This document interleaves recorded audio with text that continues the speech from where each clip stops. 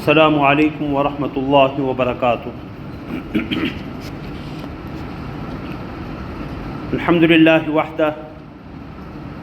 والصلاة والسلام علی من لا نبی بعدہ، اما بعد فاعوذ باللہ من الشیطان الرجیم، بسم اللہ الرحمن الرحیم۔ لقد جاءکم رسول من انفسکم عزیز علیہ ما عنتم حریص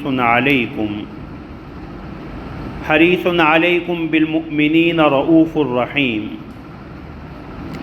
فَإِن تَوَلَّوْا فَقُلْ حَسْبِيَ اللَّهُ لَا إِلَٰهَ إِلَّا هُوَ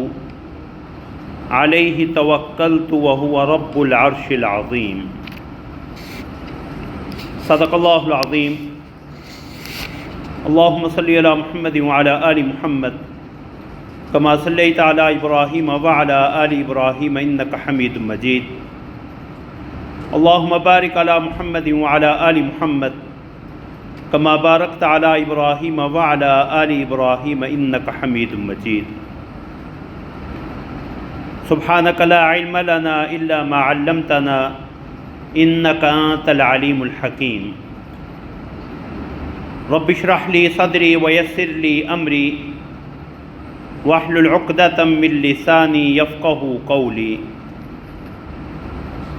اللہم انفعنا بما علمتنا وعلمنا ما ينفعنا وزدنا علما۔ لقد جاءکم رسول من انفسکم، البتہ تحقیق تمہارے پاس تمہیں میں سے ایک عظیم الشان رسول آئے ہیں۔ عزیز علیہ ما عنتم، تمہاری مشقت ان پہ بہت گراں گزرتی ہے۔ حریص علیکم، تمہارے بہت ہی خیر خواہ ہیں۔ بالمؤمنین رؤوف الرحیم، اہل ایمان کے ساتھ شفقت کرنے والے مہربان ہیں۔ فَإِن تَوَلَّوْا فَقُلْ حَسْبِيَ اللَّهُ لَا إِلَٰهَ إِلَّا هُوَ، پس اگر وہ روگردانی کریں تو آپ کہہ دیجئے مجھے اللہ کافی ہے، اس کے سوا کوئی معبود برحق نہیں۔ علیہ توکلت وہو رب العرش العظیم، میں نے اسی پہ بھروسہ کیا اور وہی عرش عظیم کا مالک ہے۔ سورہ توبہ کی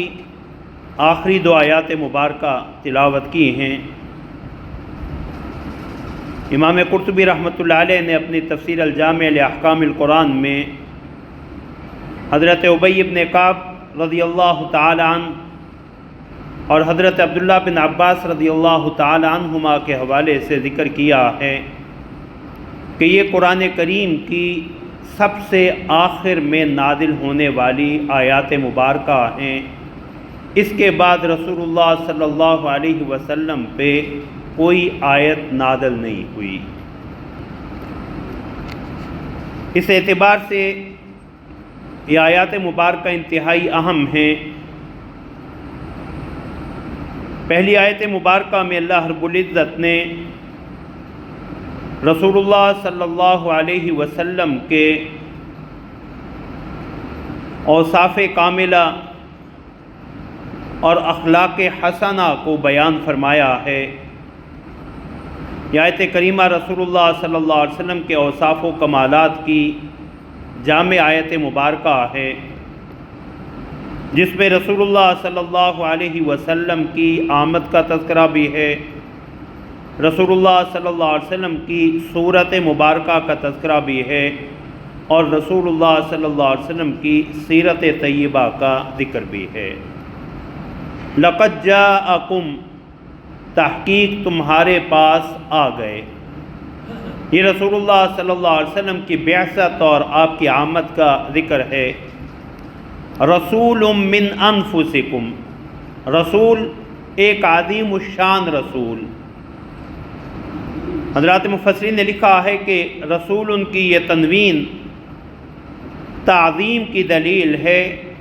کہ تمہارے پاس اللہ رب العزت کی طرف سے ایک عظیم الشان عظیم المرتبت رسول آئے ہیں۔ من انفسکم، جو تمہیں میں سے ہیں۔ حضرات مفسرین نے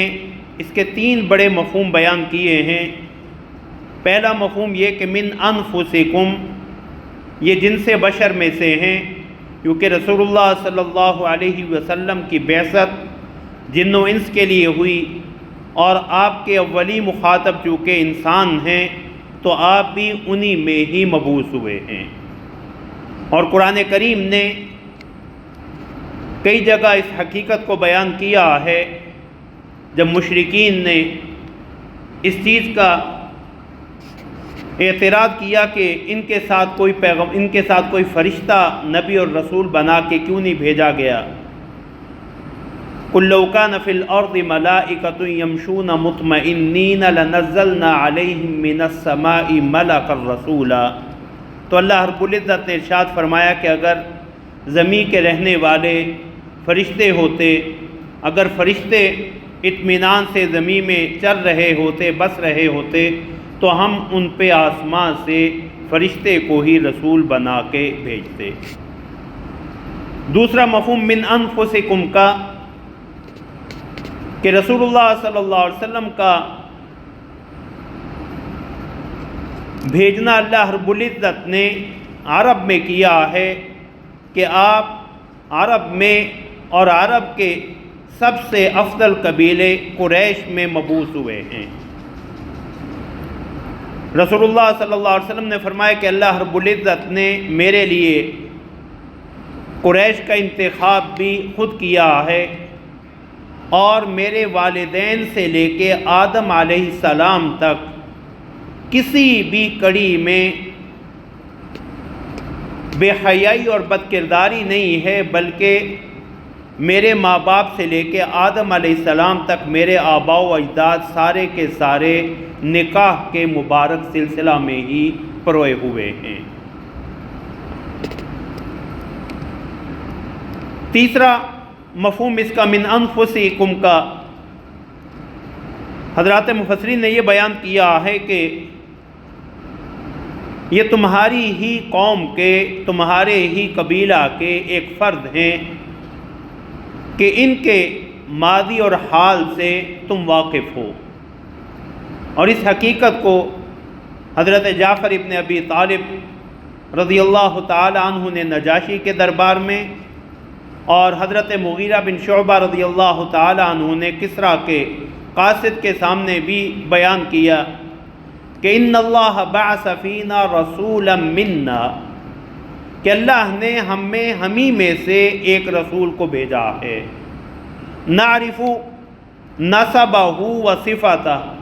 ہم اس کے خاندان سے بھی واقف ہیں، ان کے حسب و نسب سے، ان کی صفات سے آگاہ ہیں، ونعرف مخرجہ و مدخلہ، ان کے آنے جانے سے بھی آگاہ ہیں، وصدقہ و امانتہ، اور ان کے صدق و امانت کی گواہی بھی دیتے ہیں۔ یہی اللہ رب العزت نے سورہ آل عمران میں بھی بیان فرمایا، لقد من اللہ علی المؤمنین اذ بعث فیہم رسولا من انفسہم، کہ اللہ رب العزت نے اہل ایمان پہ بڑا احسان فرمایا جب انہی میں سے ایک رسول کو مبعوث فرمایا۔ تو لقد جاءکم رسول من انفسکم، تمہارے پاس ایک عظیم الشان رسول آئے ہیں جو تمہیں میں سے ہیں، تم ان کی زبان بھی سمجھتے ہو، ان کے ماضی، ان کے بچپن ولادت سے لے کے ان کے اعلان نبوت تک تم ان کی زندگی کے تمام حالات سے آگاہ ہو، اور جن سے بشر میں مبعوث ہونے کی بنا پہ تمہارے لیے ان کی بات کو سمجھنا اور ان کی پیروی کرنا بھی آسان ہے۔ اور یہ پیغمبر ان عظیم اخلاق اور صفات کے مالک ہیں۔ عزیز علیہ ما عنتم، عزیز گراں گزرتی ہے، شاق گزرتی ہے، علیہ ان پہ، ما عنتم وہ بات جو تمہیں مشقت میں ڈال دے، جو بات تمہیں مشقت میں ڈالے وہ ان پہ بہت ہی گراں گزرتی ہے۔ رسول اللہ صلی اللہ علیہ وسلم کی اس صفت مبارکہ کے حوالے سے کئی دلائل جو ہے وہ کتب احادیث سے ذکر کیے جا سکتے ہیں کہ رسول اللہ صلی اللہ علیہ وسلم کو امت کے لیے آسانی کتنی پسند تھی، اور آپ امت کے لیے کسی قسم کی دشواری کو پسند نہیں فرماتے تھے۔ مشہور احادیث ہیں مسواک کے حوالے سے بھی، عشاء کی نماز کے حوالے سے بھی، لولا ان اشق علی امتی لامرتهم بالسواک عند کل صلاۃ، اگر مجھے یہ ڈر نہ ہوتا کہ میری امت پہ یہ حکم شاق گزرے گا، ان کے لیے اسے اپنانا مشکل ہو جائے گا، تو میں ہر وضو کے لیے مسواک کو لازم قرار دے دیتا۔ لولا ان اشق علی امتی لاخرت العشاء الی نصف اللیل، اگر مجھے اس بات کا ڈر نہ ہوتا کہ میری امت پہ مشقت ہوگی تو میں عشاء کی نماز کو آدھی رات تک مؤخر کر دیتا، اتنا لیٹ پڑتا۔ رسول اللہ صلی اللہ علیہ وسلم نے بہت سی ایسی تعلیمات دی ہیں جن میں ہمارے لیے آسانی کا پہلو ہے۔ سیدہ عائشہ رضی اللہ تعالیٰ عنہ فرماتے ہیں نبی صلی اللہ علیہ وسلم کو جب بھی دو چیزوں میں سے کسی چیز کا اختیار دیا گیا الا اختار ایسرہما، رسول اللہ صلی اللہ علیہ وسلم نے ان میں سے آسانی والے پہلو کو جو ہے وہ انتخاب فرمایا۔ فرمایا بعثت بالحنیفیۃ السمحہ، مجھے وہ شریعت دے کے بھیجا گیا ہے جو بالکل سیدھی سادی اور آسان ہے۔ ان الدین یسر، کہیں فرمایا یہ دین جو ہے آسان ہے، اس پہ عمل کرنا آسان ہے، اور امت کو مشقت سے بچانے کے لیے رسول اللہ صلی اللہ علیہ وسلم نے اپنی امت کے دونوں طبقات، امت دعوت کہ ہر انسان رسول اللہ صلی اللہ علیہ وسلم کی دعوت کا مخاطب ہونے کی حیثیت سے آپ کی امت کا فرض ہے، تو رسول اللہ صلی اللہ علیہ وسلم کو امت کی فکر لاحق ہے کہ یہ امت دنیاوی اور اخروی طور پہ کسی مصیبت اور آزمائش میں نہ پڑے۔ اس لیے عزیز علیہ ما عنتم میں جہاں رسول اللہ صلی اللہ علیہ وسلم کو اہل ایمان کی فکر ہے، وہیں کفار کی بھی فکر ہے کہ یہ کہیں میری دعوت کو ٹھکرا کے جہنم کا ایندھن نہ بن جائیں، اور اہل ایمان کی تو فکر ہے ہی۔ رسول اللہ صلی اللہ علیہ وسلم نے اپنی اسی صفت کا اظہار ایک مثال سے بیان فرمایا کہ میری اور تمہاری مثال اس شخص کی سی ہے جس نے چراغ جلایا، آگ روشن کی، اب اس چراغ پہ پروانے آ رہے ہیں اور پروانے گر رہے ہیں، اب یہ شخص جو ہے انہیں پروانوں کو آگ سے بچانے کے لیے تگ و دو کرتا ہے، انہیں پیچھے ہٹاتا۔ فرمایا یہی تمہاری کیفیت ہے کہ تم میری دعوت کو ٹھکرا کے میری تعلیمات سے منہ موڑ کے جہنم میں جانے کا سبب کیے جا رہے ہو۔ وَإِنِّي آخِذٌ بِحُجَزِكُمْ عَنِ النَّارِ، اور میں تمہاری کمر سے، تمہارے پہلوؤں سے پکڑ پکڑ کے تمہیں جہنم سے بچانے کی فکر کر رہا ہوں۔ عزیز علیہ ما عنتم، جو چیز تمہارے لیے تکلیف کا باعث بن سکتی ہو وہ اس پیغمبر کے لیے بڑی شاق گزرتی۔ کہیں رسول اللہ صلی اللہ علیہ وسلم امت کو کسی تکلیف سے بچانے کے لیے یہ تعلیم دیتے ہیں کہ جوتے پہن کے رکھا کرو، کہ جوتے جس شخص نے پہنے ہو ایسے ہی ہے جیسے کسی سواری پہ سوار ہے، کہ زمین پہ پڑی ہوئی تکلیف دہ اشیاء، کانٹے، پتھر یا کوئی زہریلا کیڑا جو ہے انہیں ڈس نہیں سکتا۔ کہیں رسول اللہ صلی اللہ علیہ وسلم یہ تعلیم دیتے دکھائی دیتے ہیں کہ اگر تم نے جوتے پہنے ہیں، ایک جوتا جو ہے وہ ٹوٹ جائے تو اسے مرمت کر کے دونوں جوتے پہنو یا دونوں اتارو تاکہ تمہارے جسم کا توازن جو ہے وہ برقرار رہے۔ کہیں پیغمبر صلی اللہ علیہ وسلم ہمیں یہ تعلیم دیتے دکھائی دیتے ہیں کہ رات جب سونے لگو تو کھانا کھانے کے بعد ہاتھ دھو لیا کرو، چکنائی والے ہاتھ لے کے نہ لیٹا کرو کہ ان پہ کوئی کیڑا مکوڑا نہ آئے اور تمہاری تکلیف کا سبب نہ بنے۔ کہیں پیغمبر صلی اللہ علیہ وسلم بغیر منڈیر والی چھت پہ سونے سے منع فرماتے ہیں کہ رات نیند کے عالم میں کہیں تم اپنے آپ کو کسی تکلیف میں مبتلا نہ کر لو تو عزیز علیہ ما عنتم، جو چیز تمہیں مشقت میں ڈالے وہ ان کے لیے بڑی ہی شاق گزرتی ہے، ان پہ بڑی گراں گزرتی ہے۔ رسول اللہ صلی اللہ علیہ وسلم کی بہت سی دیگر ہدایات بھی اس حوالے سے کہ رات کو جو ہے وہ اس زمانے میں چراغ، آج کے زمانے میں لائٹ کیسے بند کر کے سو، تو رسول اللہ صلی اللہ علیہ وسلم کی جو تعلیمات ہیں ان میں یہ پہلو، اور صبح جب اٹھو یا نیند سے اٹھو تو اپنے ہاتھ دھو کے جو ہے وہ پانی میں ڈالو کہ کہیں ہاتھوں پہ کوئی آلودگی یا کوئی اور چیز نہ ہو جس سے پانی جو ہے وہ خراب ہو جائے۔ تو رسول اللہ صلی اللہ علیہ وسلم نے زندگی، عام روزمرہ زندگی کے چھوٹے چھوٹے معاملات میں بھی امت کو مکمل رہنمائی دی اور انہیں ان چیزوں سے بچنے کی تاکید کی جو کسی صورت میں بھی ان کے لیے پریشانی کا سبب بن سکتی۔ عزیز علیہ ما عنتم حریص علیکم،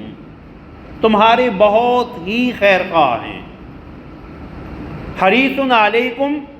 حریص علی ہدایت ضلالکم وتوبتہم ورجوعہم الی اللہ، اللہ رب العزت تم میں سے جو نافرمان ہیں، جنہوں نے ابھی ایمان کو قبول نہیں کیا، ابھی ہدایت کو نہیں اپنایا، ان کی ہدایت کے بہت فکر مند ہیں، اتنے فکر مند ہیں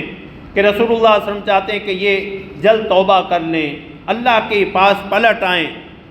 کہ قرآن کریم کو رسول اللہ صلی اللہ علیہ وسلم کی اس فکر کو ان الفاظ میں بیان کرنا پڑا، فَلَعَلَّكَ بَاخِعٌ نَفْسَكَ عَلَىٰ آثَارِهِمْ إِن لَّمْ يُؤْمِنُوا بِهَٰذَا الْحَدِيثِ أَسَفًا، کیا آپ اپنے آپ کو ہلاکت میں ڈال لیں گے، اپنی جان خطرے میں ڈال لیں گے اس غم اور پریشانی میں کہ لوگ اس ہدایت پہ، اس کتاب پہ ایمان کیوں نہیں لا رہے؟ تو حریص علیکم، تمہاری ہدایت کے لیے بہت ہی فکر مند۔ دوسرا مفہوم حریص علیکم کا حضرات مفسرین نے یہ بیان کیا ہے کہ عبادات میں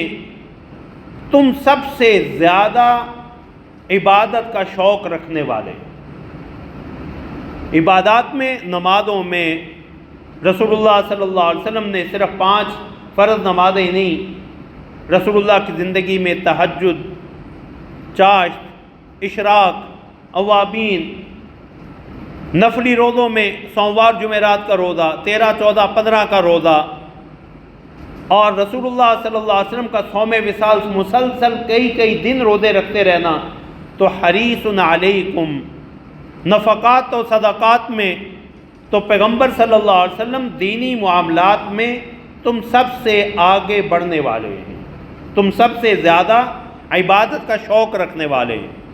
تیسرا مفہوم حضرات مفسرین نے حریص علیکم کا یہ بیان کیا ہے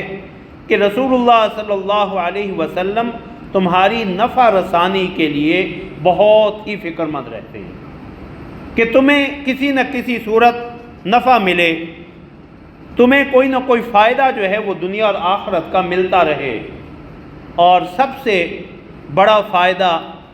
انسان کی اخروی کامیابی کا، سیدنا ابو ذر رضی اللہ تعالیٰ عنہ کی حدیث طبرانی میں کہ رسول اللہ صلی اللہ علیہ وسلم نے فرمایا کہ کوئی عمل ایسا نہیں ہے جو تمہیں جنت کے قریب کرتا ہو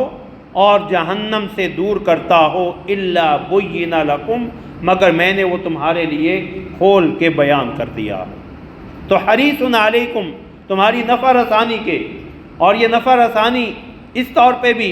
کہ رسول اللہ صلی اللہ علیہ وسلم فرماتے ہیں من ترک مالا فلورثتی، اگر کوئی شخص مال و دولت چھوڑ کے جائے تو اس پہ اس کے وارثوں کا حق ہے۔ ومن ترک دینا او ضیعۃ فعلی، ہاں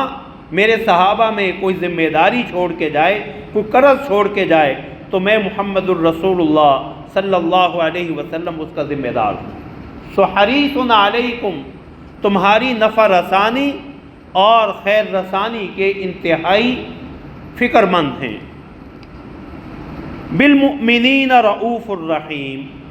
اہل ایمان پہ بڑے ہی شفقت کرنے والے، بہت ہی مہربان ہیں۔ امام قرطبی رحمۃ اللہ علیہ نے حسین ابن فضل رحمۃ اللہ علیہ کے حوالے سے لکھا ہے کہ اللہ رب العزت نے انبیاء و رسل میں سے کسی نبی کے لیے اپنے 2 نام یکجا ذکر نہیں کیے سوائے رسول اللہ صلی اللہ علیہ وسلم کے، کہ اللہ نے اپنے ناموں میں سے رؤوف اور رحیم 2 نام اکٹھے محمد الرسول اللہ صلی اللہ علیہ وسلم کے لیے استعمال کیے۔ رؤوف، آپ اہل ایمان کے ساتھ بڑے ہی شفیق ہیں، بڑے ہی مہربان ہیں۔ آپ کی شفقت اور مہربانی کا عالم یہ ہے کہ رسول اللہ صلی اللہ علیہ وسلم کی خدمت میں کوئی آتا تو آپ سے مصافحہ کرتا، آپ اس وقت تک ہاتھ نہ چھوڑتے جب تک وہ اپنا ہاتھ پیچھے نہ کھینچتا۔ رسول اللہ صلی اللہ علیہ وسلم گفتگو کرنے والوں کی طرف مکمل طور پہ جو ہے وہ متوجہ ہوتے، صرف رخ مبارک نہیں پھیرا کرتے تھے، پورے جسم کے ساتھ جو ہے وہ اس کی طرف متوجہ ہوتے۔ بالمؤمنین رؤوف الرحیم، اہل ایمان کے ساتھ بہت ہی شفقت کرنے والے، بہت ہی مہربان ہیں۔ اور رسول اللہ صلی اللہ علیہ وسلم نے امت کے ساتھ اپنی اس رافت اور رحمت کو ایک حدیث میں بیان فرمایا، مسند احمد اور مستدرک حاکم کی حدیث ہے کہ رسول اللہ صلی اللہ علیہ وسلم کا معمول مبارک یہ تھا کہ رسول اللہ صلی اللہ علیہ وسلم فجر کے بعد جو ہے وہ حضرات صحابہ سے پوچھتے، رات کسی نے کوئی خواب تو نہیں دیکھا؟ تو اگر صحابہ کوئی خواب بتلاتے تو رسول اللہ اس کی تعبیر بیان فرماتے۔ تو ایک دن رسول اللہ صلی اللہ علیہ وسلم نے اپنا خواب بیان فرمایا کہ رات جو ہے وہ نیند میں، خواب میں، اور پیغمبر کا خواب وہی ہوتا، برحق ہوتا۔ فرمایا میرے پاس رات نیند میں 2 فرشتے آئے، ایک میرے سرہانے بیٹھ گیا، دوسرا میرے پاؤں کی طرف بیٹھ گیا، اور جو سرہانے کی طرف بیٹھا تھا وہ اسے پاؤں کی طرف بیٹھنے والا مخاطب ہو کے کہتا ہے، پاؤں کی طرف بیٹھنے والا سرہانے بیٹھے فرشتے سے کہتا ہے کہ ان کی اور ان کی امت کی کوئی مثال تو بیان کرو، کسی مثال کے ذریعے ان کی اور ان کی امت کی حالت کو بیان کرو۔ تو جو میرے سرہانے فرشتہ بیٹھا ہے وہ کہتا ہے کہ ان کی مثال ایسے ہے جیسے کچھ لوگ سفر پہ نکلے ہوں اور دوران سفر وہ کسی صحرا میں پہنچ گئے، اب زاد راہ بھی ختم ہونے کے قریب ہے اور راستہ بھی انہیں سجائی نہیں دے رہا۔ صحرا اور جنگل اتنا طویل ہے کہ زاد راہ اتنا نہیں کہ اس کے ساتھ اس صحرا کو عبور کر سکیں، اور وہ اتنا ناکافی ہے کہ واپس پلٹنے کی بھی ہمت نہیں ہے، وہ ابھی اسی پریشانی میں ہے کہ ہماری ہلاکت یقینی ہے۔ تو ایک خوبصورت لباس میں ملبوس نوجوان ان کے پاس آتا ہے اور ان کی پریشانی کو بھانپتے ہوئے کہتا ہے کہ میں تمہیں آؤ، نزدیک ہی کچھ باغات ہیں سرسبز اور پانی کے میٹھے چشمے ہیں، میں تمہیں ان کے پاس لے چلوں۔ تو وہ ان کی رہنمائی کرتے ہوئے ان سرسبز باغات اور پانی کے تازہ چشموں کے پاس لے جاتا۔ وہ لوگ بڑے خوش ہوتے اپنی جان بچنے پہ، پھلوں سے اپنی بھوک بھی مٹاتے ہیں اور پانی سے اپنی پیاس۔ جب وہ خوب سیر ہو جاتے ہیں تو وہ شخص انہیں کہتا ہے تم میرے بارے میں جانتے ہو کہ میں تمہیں کس حالت میں ملا تھا، تم کس پریشانی میں تھے؟ تو کہنے لگے ہاں ضرور، کیوں نہیں جانتے ہیں۔ تو فرمایا رسول اللہ نے کہ وہ شخص انہیں کہتا ہے تو یہیں سے کچھ دور مسافت پہ اس سے بھی زیادہ گھنے اور سرسبز باغات ہیں اور اس سے بھی زیادہ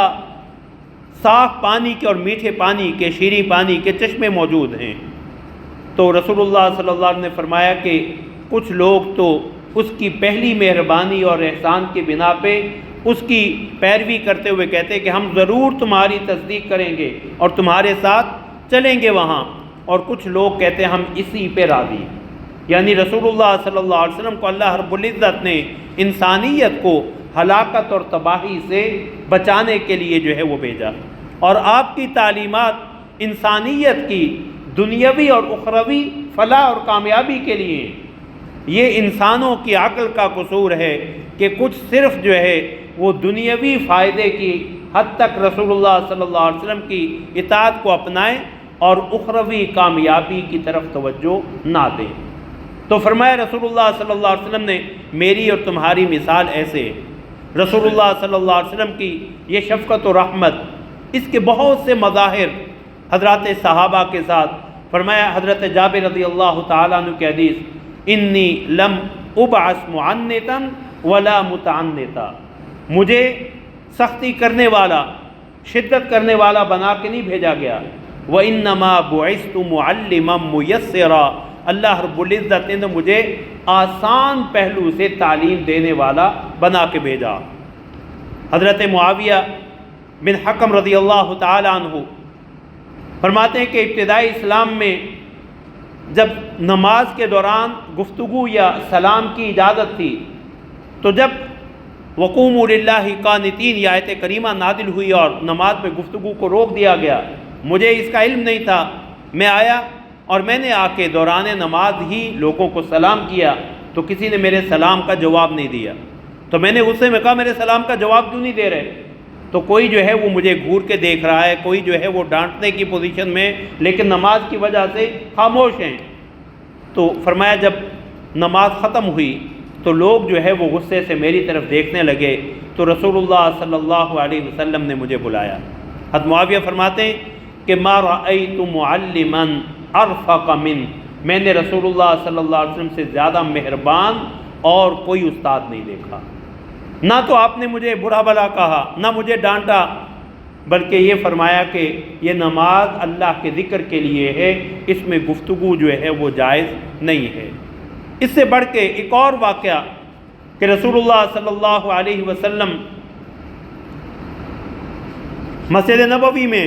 ایک اعرابی صحابی آئے، آداب نبوت اور آداب مسجد سے ابھی آگاہ نہیں، مسجد نبوی میں پیشاب کرنا شروع کر دیا۔ اب لوگ اسے مارنے کو دوڑے، تو رسول اللہ صلی اللہ علیہ وسلم نے روک دیا، فرمایا لا تضرموا، دعوہ لا تضرموا، چھوڑ دو، اسے پیشاب کرنے دو، درمیان میں نہ روکو۔ حضرات محدثین نے لکھا کہ اس میں بھی رسول اللہ صلی اللہ علیہ وسلم کی رحمت بھی اور حکمت بھی، کہ اگر دوران پیشاب اسے اٹھا دیا جاتا تو وہ کسی تکلیف اور بیماری میں مبتلا نہ ہو جاتا، اور اب ایک مخصوص جگہ، محدود جگہ مسجد کی آلودہ ہو رہی، اگر وہ اٹھتا اس کا لباس بھی، اس کا جسم بھی اور مسجد کا دیگر حصہ بھی متاثر ہوتا۔ تو رسول اللہ صلی اللہ علیہ وسلم نے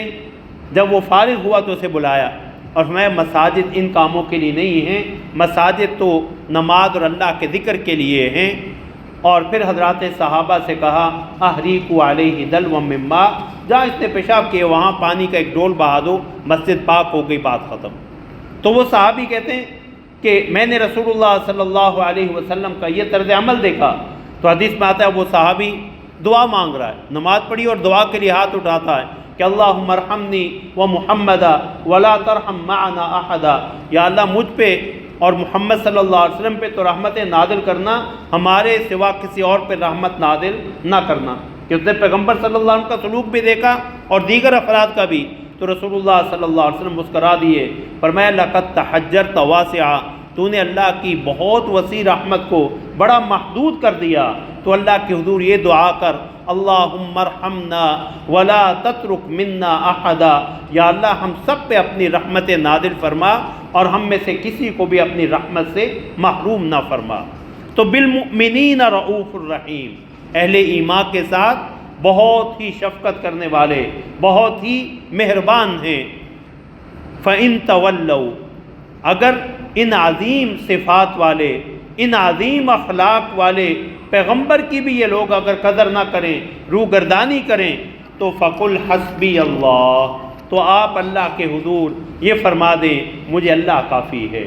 لا الہ الا ہو، اس کے سوا کوئی معبود برحق نہیں، علیہ توکلت، میں نے اسی پہ بھروسہ کیا، وہو رب العرش العظیم، اور وہ عرش عظیم کا مالک ہے۔ حضرات مفسرین نے اس آیت کریمہ کے حصہ حسبی اللہ لا الہ الا هو علیہ توکلت وہو رب العرش العظیم کے حوالے سے لکھا کہ رسول اللہ صلی اللہ علیہ وسلم نے فرمایا جو شخص صبح کو 7 مرتبہ یہ کلمات پڑھ لیتا اور شام کو 7 دفعہ یہ کلمات پڑھ لیتا ہے، اللہ رب العزت اس کی ساری فکریں اور پریشانیاں دور فرما دیتے ہیں۔ تو ان آیات مبارکہ میں اللہ رب العزت نے رسول اللہ صلی اللہ علیہ وسلم کے اوصاف و کمالات کو ایک عجیب پیرائے میں بیان فرمایا کہ یہ رسول انتہائی عظیم شان اور رتبے والے، من انفسکم، تمہیں میں سے بھیجا ہے تاکہ ان کی بات کو سمجھنا اور ان کی پیروی کرنا تمہارے لیے آسان ہو۔ عزیز علیہ ما عنتم، تمہاری مشقت ان پہ بڑی گراں گزرتی ہے۔ حریص علیکم، تمہارے بڑے ہی خیر خواہ ہیں۔ بالمؤمنین رؤوف الرحیم، اور اہل ایمان کے ساتھ بڑے ہی شفیق اور مہربان ہیں۔ تو اتنے عظیم پیغمبر کی ناقدری کرنا یہ کسی صورت مناسب نہیں ہے۔ اللہ رب العزت ہمیں رسول اللہ صلی اللہ علیہ وسلم کی سچی محبت اور کامل اتباع نصیب فرمائیں۔ وآخر دعوانا ان الحمد للہ رب العالمین۔